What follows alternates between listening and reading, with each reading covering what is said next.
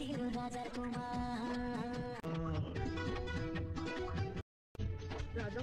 মেয়ের জীবন এই কাজটাতে আর আমি একটা টাকাও খরচা করবো না, সেটা তোমরাও ভালো করে জানো। তখনই আমার মাথাটা গরম হয়ে গেছিলো। আমি বলেছিলাম আমি টাকা, তখন যে উকিলটা বড় বড় বাতলা দিচ্ছিল, উকিলটাকেও ঝাড়ন দিয়েছি, প্লাস ওখানে আমার যেটুকুনি বলার আমি সেটুকু বলেছি। কারণ আমার মেয়ের জীবন গেল, আমার মেয়ে ডিভোর্স দিল, আমার মেয়ে সবই করলো, আবার আমার ঘাড় মোটকেই টাকাটা নেবে, এটা তো আমি করতে দেবো না। তাই না একটু চেঁচামেচি হয়েছিল, সেটাই হয়তো আমার মেয়ের লাইভে বলেছিল, এটা আমি ক্লিয়ার করে দিলাম, আমি করেছিলাম, ঠিক আছে। আর এটা তোমরাই বলবে যে এটা করেছিলাম ঠিক করেছিলাম না ভুল করেছিলাম। কারণ সেই মেয়েটার জীবনটাও নষ্ট হলো, ত্যাগ করে গেল, ঠিক আছে। একটা সম্বন্ধ দেখতে গেলে যদি এবার মেয়ে যদি নিজের থেকে করে, আশা করি মেয়ে নিজের থেকে আর জীবনে করবে না, কারণ ও যেভাবে ধাক্কা পেয়েছে ও আর নিজের থেকে দেখে শুনে করবে না। আর যদি আমাদের দিদি রাখো, দিদি যারা নাম ধরে রাখো, তাদের শুধু ওকে একটু উৎসাহ দিও, তোমাদের উৎসাহতেই কিন্তু ওর মনের জোরটা বাড়বে, এটাই আমার করা ছিল, আর কিছু না। আর কালকের যে একটা কথা আমি শুনলাম, আমার মেয়েও বললো লাইভে যে ওখানে একটু একটু ক্যাচাল টাইপের হয়েছে। দেখো, ক্যাচাল টাইপের হওয়াটা আমরা চাইও নি। আর তোমরা তো সবার প্রথমে ভাববে যেহেতু আমি গেছি ওখানে ক্যাচাল টাইপের হয়েছে মানে আমি আছি, তাই এটা আমি একটু ক্লিয়ার করে দিই যে তোমাদের আমি সবসময় লাইভেই বলো, ভিডিওতে বলো, আমি কিন্তু সবসময় বলে এসেছিলাম যে আমি এই ডিভোর্সটাতে কোনো রকম টাকা খরচা করতে পারবো না। হ্যাঁ কি না তোমরা কমেন্টে অবশ্যই জানি।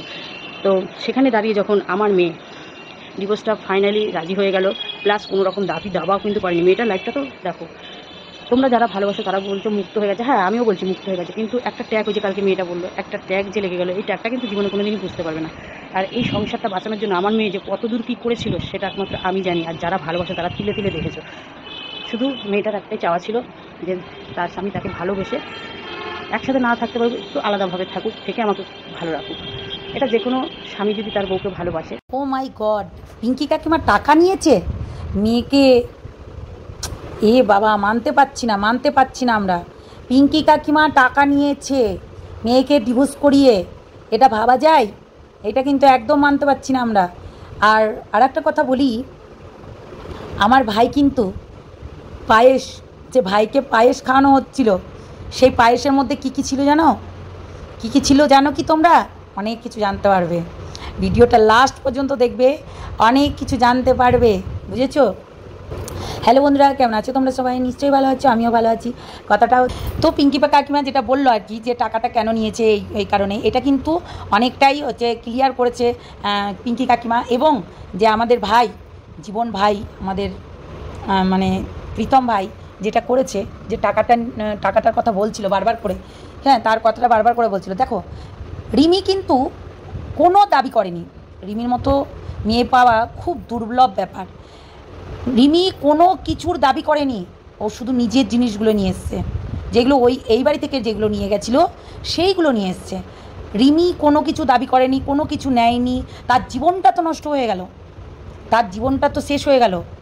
সে যদি অন্য কেউ বিয়ে করে তাকে একটা কথাই বলবে যে তুই দোজপক্ষা, তুই অমুক, তুই তমুক, এই কথাটা বলবেই। তো কথাটা হচ্ছে যে রিমি কিন্তু দাবি দাবাও করেনি। অনেকেই বলছিল, অনেকেই আমার কমেন্ট বক্সে এসেও বলে গেছে যে দিদি রিমিকে দাবি করতে বলো। রিমি কেন দাবি করবে না? রিমির যে জীবনটা নষ্ট করে দিল, কেন ও নষ্ট করলো? এত কম বয়সে এত কিছু করে ফেললো, সেটা নিয়ে তুমি কিছু বললে না দিদি? আমাকে অনেকেই এসে প্রশ্ন করেছে। রিমিকে খবরদার, অতি সহজে কিন্তু প্রীতমকে ছেড়ে দিতে বারণ করবে, এই যে কথাগুলো বলেছিল, মনে আছে? আমার কিন্তু মনে আছে এখনও পর্যন্ত। তো কথাটা হচ্ছে যে রিমি কোনো কিছু খোরখোজ না নিয়েই কিন্তু তাকে ডিভোর্স দিয়ে দিয়েছে। তার ভালোবাসা, মানে রিমির যে একটা ভালোবাসাটা পিওর ছিল, রিমির যে পিওর ভালোবাসাটার জন্যই আজকে এই জায়গায় মানে প্রীতমকে রেখে দিয়েছে। যে কি বলবো তোমাদেরকে, বলতেই পারছি না। সত্যি তার একটা আবেগপূর্ণ ভালোবাসা, মানে সে যে প্রথমবার যাকে ভালোবেসেছে তাকে বিয়ে করেছে, তার জন্যই তাকে কিন্তু কোনোদিনও ভুলতেও পারেনি। রিমির ভালোবাসাটা পিওর ভালোবাসা ছিল। আমি কি বললাম, সব পৃথিবী একদিকের মানুষ আর আরেকদিকে প্রীতম, ওর ভালোবাসাটা এটাই ছিল। প্রীতমের মতো দোগলাবাজি করতো না, প্রীতমের মতো হচ্ছে নচ্ছারপানা করতো না, যেটা প্রীতম করে বেড়াচ্ছে এখন। প্রীতম যেটা নচ্ছারপানা করে বেড়ায়, একে ওকে ভালোবেসে বেড়ায়, একে ওকে মানে নিজের জীবনে নিয়ে আসে। আর একটা হচ্ছে বিয়ে করলো, ওটাকে পাওয়ার জন্য রিমিকে ইউজ করলো, আবার তাকে নিয়ে আসলো, 11 মাস ইউজ করলো। যখন আবার রিমি গেল, আবার রিমি গিয়ে আবারও হচ্ছে সে বাদ হয়ে গেল, সে তখন বাদ হয়ে গেল, মানে কুচবি।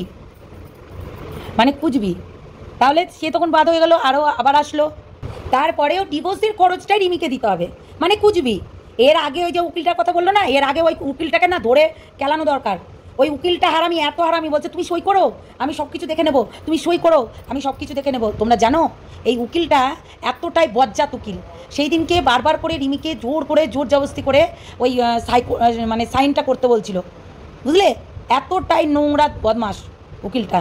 ওর কোনো সাক্ষী লাগবে না, ওর কোনো ইয়ে লাগবে না, হ্যাঁ, ওর মা নেই, বাবা নেই, কেউ নেই, ওর বর জোর জবরদস্তি নিয়ে গিয়ে সই করিয়ে নিচ্ছে, সেটাতেই ওই উকিলটা সামর্থ্য করছে। মানে কতটা নির্লজ্জ ভাই, হ্যাঁ, কতটা নির্লজ্জ! একটু তো বুঝে শুনে কাজটা করো।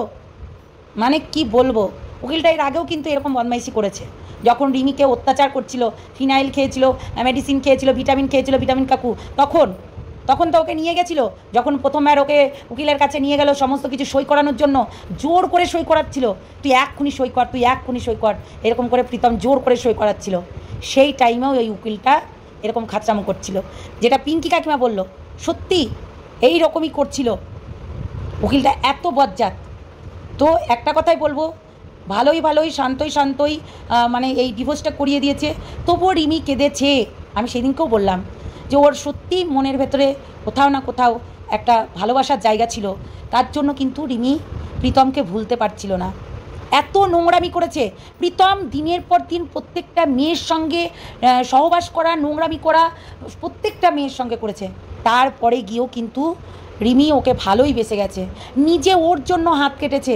সেই দিনকেও পর্যন্ত বলেছিল, হাত কাটার দিনও বলেছিল ও নিজের দোষে ও নিজে হাত কেটেছে। তোমরা দেখবে আমার হোয়াটসঅ্যাপে কী লিখেছে, ভাই রাগের জ্বালায় তো বলবেই যে তুই আমার কেউ না, তাই জন্য তুই আমার সঙ্গে এইটা করতে পারছিস, বলবেই তো। প্রীতম তখনও কিন্তু হচ্ছে দিশানিকে নিয়ে মেতেছিল, তখন সেই টাইমে দিশানিকে নিয়ে মেতেছিল, একবারও ঘুরিয়ে তাকায়নি। আজকে ডিভোর্সের টাকা দেবে, কেন দেবে ভাই? অনেক কিছু ব্যাপার আছে, ক্যাজলামো না, এটা বেশি ক্যাজলামো করলেই আরও বেশি চাপাচাপি হতো, ওই জন্য বুঝে গেছে, তো বুঝে গেছে ও কম টাকা রোজগার করছে না, ঠিক আছে, ও কম টাকা রোজগার করছে না। সত্যি রিমি স্বাধীনতা পেয়েছে, রিমি নিজের স্বাধীনতায় বাঁচতে পারবে।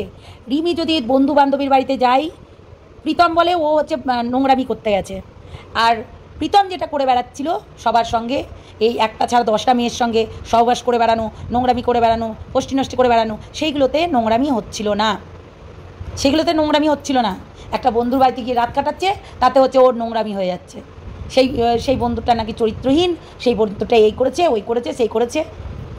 শোনো একটা কথা বলি, তার যথেষ্ট বুদ্ধি হয়েছে, ও জানে যে আমি নোংরামি কখনোই করব না। সেটা আমরা দেখেছি, বিস্কুটের ক্ষেত্রেও দেখেছি যে বিস্কুট যখন ওকে ভালোবাসতে চেয়েছিল, ও বলেছিল আমি আমার এই যে মনটা না একজনকেই দিয়েছি, সেটা হচ্ছে প্রীতম, আমি কাউকে দিতে পারবো না, আমি কাউকে দিতেও পারবো না, কেননা প্রীতম আমার অন্যরকম একটা জায়গা, সেটা সবার হয় না। এই বিস্কুটও কিন্তু চান্স নিয়েছিল, অতীব জঘন্য নোংরা একটা বাজে, এবং আমাদের নামে এই বিস্কুট রিমির কাছে কান ভরাতো, তোমরা চিন্তা করতে পারবে না, রিমির কাছে কান ভরাতো এইরকম করেই, অনেক কিছু বলে রেখেছিল। হয়তো ওকে মেসেজ করলে ওই যে ওই কটকটি রাক্ষসীকে যদি একটা কোনো কমেন্ট মানে মেসেজ করতাম, সেটা স্ক্রিনশট তুলে বিস্কুটের কাছে পাঠাতো, বিস্কুট আবার রিমির কাছে পাঠাতো। এইরকম করে যবে থেকে বিস্কুট ওই বাড়িতে ঢুকেছে, তবে থেকে রিমি আমাদের সঙ্গে কথা বলা বন্ধ করেছে। জানো কি, আমরাও কথা বলি না, দেখো ব্যাপারটা হচ্ছে এমনই। তখন কিন্তু রিমি সত্যি আমাদেরকে অন্যরকম জায়গায় দেখতো, এখনও দেখে, কিন্তু এই বিস্কুট বলো, আদার্স বলো, কিছু মানুষ যারা ওদের বাড়িতে ঢুকে নিজের চ্যানেলটাকে দাঁড় করিয়েছে, তারা কিন্তু একটা জিনিসই করতো, সেটা হচ্ছে ভাঙন ধরাতো।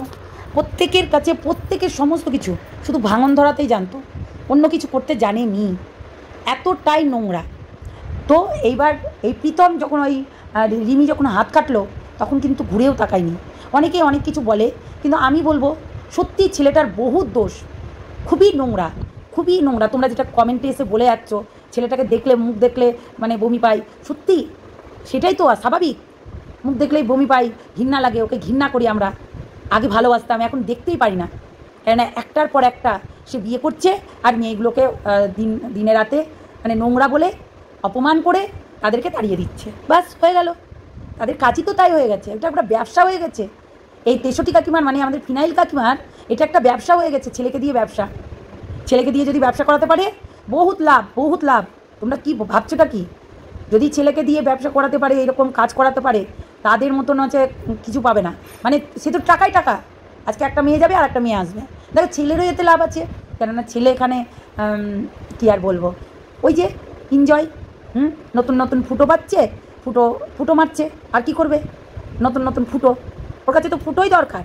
আর ওর মায়ের কাছে টাকা, ওর মায়ের শুধু টাকা দরকার, ওর অন্য কিছু না। ওর মান সম্মান কিছু বোঝে না এরা।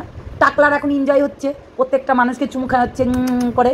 টাকলার ভালোই হয়েছে, আমাদের ভিটামিন কাকুর বেশ ভালোই হয়েছে। দেখা গেলো একদিন যে এরকম টাকলাকে দিয়েও ব্যবসা শুরু করিয়ে দিল, যেটা তেজস্বী কাকিমা পারে না, বুঝেছো? আমাদের বিনাইল কাকিমা পারে না। অ্যাকচুয়ালি ব্যাপারটা এটা সাহস পায় না, নালে করাতো। নালে যেদিনকে রিমিকে ডিভোর্স করালো সেদিনকে লাইভ করে যেভাবে গদাগদ গদাগদ গিলছিল, কেউ পারে? ওর আনন্দ লেগেছে, ওর আনন্দ লেগেছে, এসে উনি গদাগদ গিলতে বসেছে। এ তো রোগ হয়েছে সামান্য রে প্রীতম ভাই, আরও হবে, চিন্তা করিস না। তুই মেয়েগুলোর যে চোখের জলগুলো ফেলাচ্ছিস না, তোর এইগুলোর দাম দিতে হবে, সত্যিই দিতে হবে। তুই দেখে নিস, আজকে নতুন বলছি না, আমি সারা জীবন বলে যাব, তুই এই মেয়েগুলো চোখের জলের দামটা তোকে দিতে হবে। আজ না হয় কাল, কাল না হয় পরশু, এমন তোকে মানে জ্বলতে হবে না, বলার কথা না। সেদিনকে বুঝবি ঠাপ কেমন লাগে, বুঝলি? ছি, আবার টাকা নিয়ে বিশাল যুদ্ধ লাগিয়ে দিয়েছিস, লজ্জা করে না? টাকা নিয়ে যুদ্ধ লাগিয়েছিস, হ্যাঁ? তুই দিবি, তোর থেকে তো অনেক কিছু দাবি করতে পারতো, তোর থেকে ও অনেক কিছু দাবি করতে পারতো, সেটা তো করিনি। রিমি অনেক কিছু করতে পারতো। রিমির জায়গায় অন্য মেয়ে হলে, তোর লাউ, ওই যে লাউ নিয়ে চিপকাচিপকি করছিস, ওই লাউ হলে না তোর বিচি বার করে দিত, তোর বিচি বার করে দিত, এটা শিওর, বুঝলি? বেশি আবার টাকা চাইছিস? টাকা কিসের জন্য টাকা দেবে? ডিভোর্স দিবে, করবে, সব কিছু দেবে, আবার টাকা দিবে? বেশি বেশি। চলো বন্ধুরা, সবাই ভালো থেকো, সুস্থ থেকো, সাবধানে থেকো। লাইভে আসবো রাত্রেবেলায়, খুব শরীরটা খারাপ ছিল, তাই জন্য লাইভটাও আসেনি, প্রচণ্ড শরীর খারাপ, জানো না? তাই চলো, টাটা সবাইকে, ভালো থেকো, সুস্থ থেকো, সাবধানে থেকো।